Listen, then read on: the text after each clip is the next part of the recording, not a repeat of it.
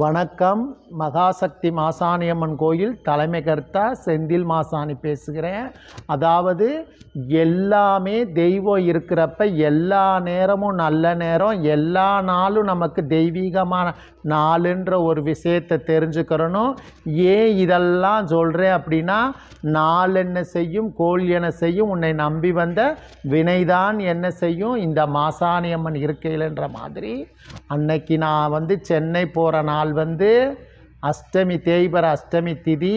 அந்த அஷ்டமி திதி மட்டும் இல்லாமல் சந்திராஷ்டம தினம். அந்த சந்திராஷ்டம தினத்தில் எப்படியெல்லாம் கிளம்பணும் அப்படின்ட்டு சென்னை போய் நம்ம சகோதரி அவங்க வீட்டில் எல்லாம் குளிச்சுட்டு சாப்பிட்டுட்டு கிளம்புறப்ப எதை பற்றி சொல்கிறோமோ, பூனை குறுக்க போகுது.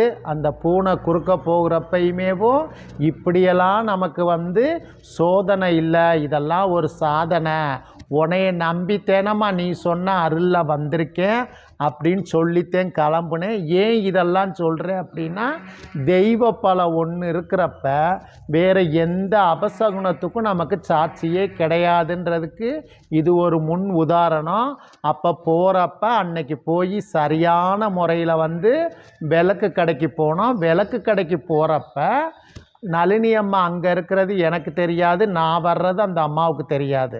ஆனால் 2 பேரும் ஒரே சந்திப்பில் சந்திச்சுட்டு அந்த நளினி அம்மாவுக்கு பாத பூஜையெல்லாம் பண்ணி மடிப்பிச்சை கையில் போட்டு மடி நெப்புற வரைக்கும் அதை இருந்து அந்த பாக்கியத்தை பார்த்து அந்த நளினி அம்மாவுக்கு அந்த திருவேற்காடு கருமாரியம்மன் அருள் எப்படியெல்லாம் நிலச்சி நிற்கிது அப்படின்றது ஒரு பெரிய விஷயம்.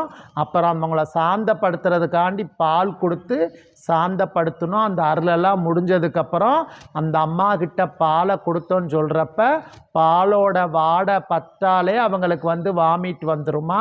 ஆனால் அவங்க அன்னைக்கு நல்லா 1 டம்ளர் பாலை அருந்துனாங்க.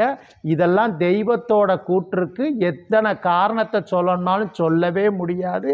இப்படியெல்லாம் சில விஷயங்கள் இருக்குன்றதை உங்கள் முன்னாடி தெரியப்படுத்தணுன்றாக்காண்டி சொல்கிறேன். நன்றி, வணக்கம்.